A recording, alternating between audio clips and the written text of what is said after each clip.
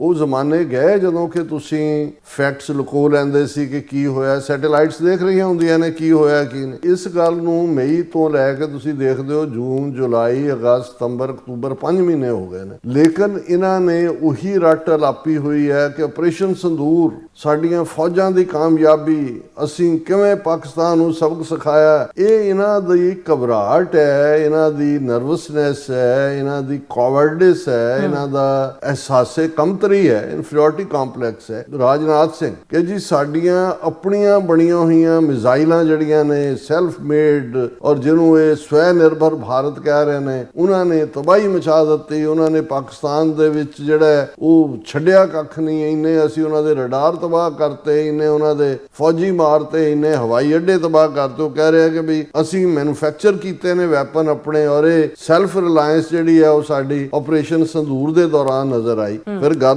ਇੱਥੇ ਨਹੀਂ ਹੈ, ਹੁਣ ਉਹ ਗਿਆ ਆਰਮੀ ਕਮਾਂਡਰਸ ਦੇ ਨਾਲ ਵੱਡੀ ਮੁਲਾਕਾਤ, ਰਾਜਨਾਥ ਮੀਟਸ ਆਰਮੀ ਕਮਾਂਡਰਸ, ਔਰ ਉੱਥੇ ਵੀ ਇਸ ਕਿਸਮ ਦਾ ਹੀ ਜਿਹੜਾ ਝੂਠ ਹੈ ਉਹਨੂੰ ਵਾਰ-ਵਾਰ ਉਹ ਪਰੋਸਣ ਦੀ ਕੋਸ਼ਿਸ਼ ਹੈ ਕਿ ਵੀ ਜੀ ਅਸੀਂ, ਜਿਹੜੇ ਡਿਫੈਂਸ ਮਿਨਿਸਟਰ ਨੇ ਉਸ ਗੈਦਰਿੰਗ 'ਚ ਕਿਹਾ ਕਿ ਜੀ operation Sindoor an embodiment of India's military prowess and national character, ਇਹ ਸਾਡੀ ਮਿਲਟਰੀ ਤਾਕਤ ਦਾ ਮੁਜੱਸਮਾ ਔਰ ਸਾਡੀ ਤਾਕਤ, ਸਾਡੇ national character the. Operation ਸੰਦੂਰ will go down in history as not just a military operation but also a symbol of nation's courage and restraint।